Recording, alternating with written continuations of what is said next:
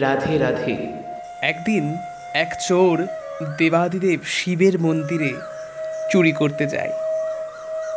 সে রাতের অন্ধকারে কিছু দেখতে পায় না, তাই মন্দিরের ভিতরে কিছু দেখতে না পাওয়ার কারণে নিজের বস্ত্র খুলে তাতে একটু আগুন জ্বালিয়ে মন্দিরে একটু আলো করে।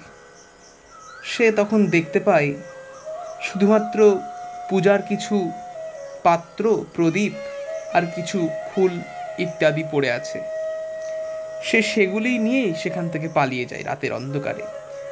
তেমন মূল্যবান কোনো ধন সম্পদ সে দেবাদিদেবের মন্দিরে পায় না, তাই যা পায় তাই নিয়েই সেই রাত্রে চুরি করে চলে যায়। এভাবে সারা জীবন ধরে সে চুরি করতে থাকে, কখনো এখানে, কখনো এই গৃহে, কখনো তার গৃহে চুরি করতে থাকে। এইভাবে চুরি করতে করতে তার বয়স অতিবাহিত হয়ে যায়। এইভাবে বয়স অতিবাহিত হতে হতে অবশেষে তার মৃত্যু হয়। মৃত্যুর পর যমরাজ তাকে দেবাদিদেব শিবের সামনে পেশ করে।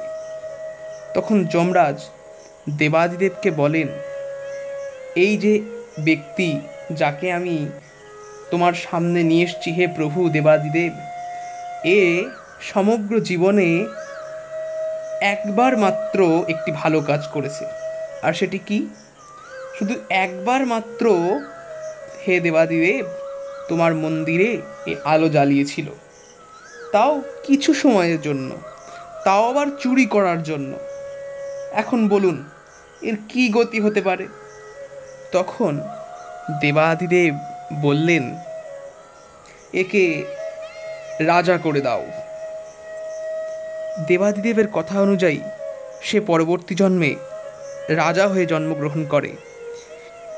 পরবর্তী জন্মে রাজা হওয়ার পর যখন তার পূর্বজন্ম স্মৃতি জাগরণ হলো যে সামান্য একটু বস্ত্র জ্বালিয়ে যদি আমি রাজা হতে পারি, তাই এ জন্মে আমি যখন রাজা, তখন আজ থেকে আমার রাজ্যে যত শিব মন্দির আছে প্রত্যেক শিব মন্দিরে অখণ্ড ঘি প্রদীপ জ্বলবে।